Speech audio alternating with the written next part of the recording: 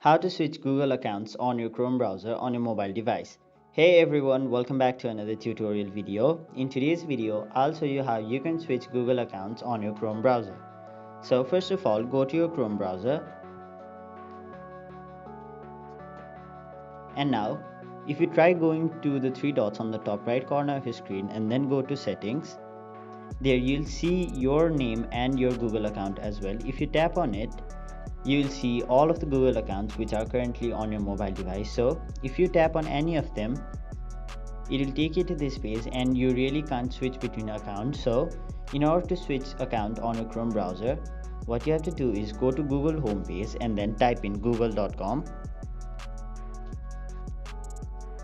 Now it will take you to this page where on the top right side of the screen you can see your profile icon, so you'll have to tap on it, and now it will provide you a list of all of the different Google accounts on your mobile device. So simply tap on the one which you want to switch, and now you'll have successfully switched Google account on your Chrome browser. So that is basically how you switch Google account on Chrome browser on your mobile device.